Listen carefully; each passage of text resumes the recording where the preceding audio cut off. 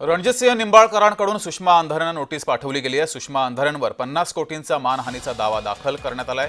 सुषमा अंधारेंनी जाहीर लेखी माफी मागावी। सुषमा अंधारे निंबाळकरांविरोधात वैयक्तिक अजेंडा राबवतायत। रणजितसिंह निंबाळकरांचे वकील धीरज घाडगे यांनी हे वक्तव्य केलंय।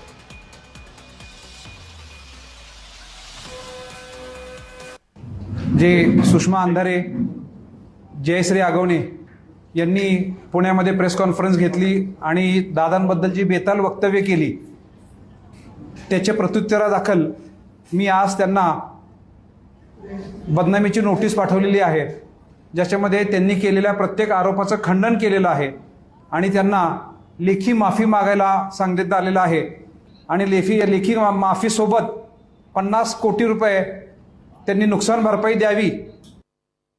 पोलिसांनी 3 तक्रारी तिच्या वरिष्ठांकडे केलेल्या आहेत, ज्याची निर्गती सुद्धा झालेली आहे आणि सरप्राइझिंगली त्या भगिनींनी पुन्हा ज्या वेळेला तिला सांगितलं की बदलीचा चॉईस दिला गेला त्यावेळेला 3 वेळा त्या भगिनींनी फलटण हेच चूज केलं।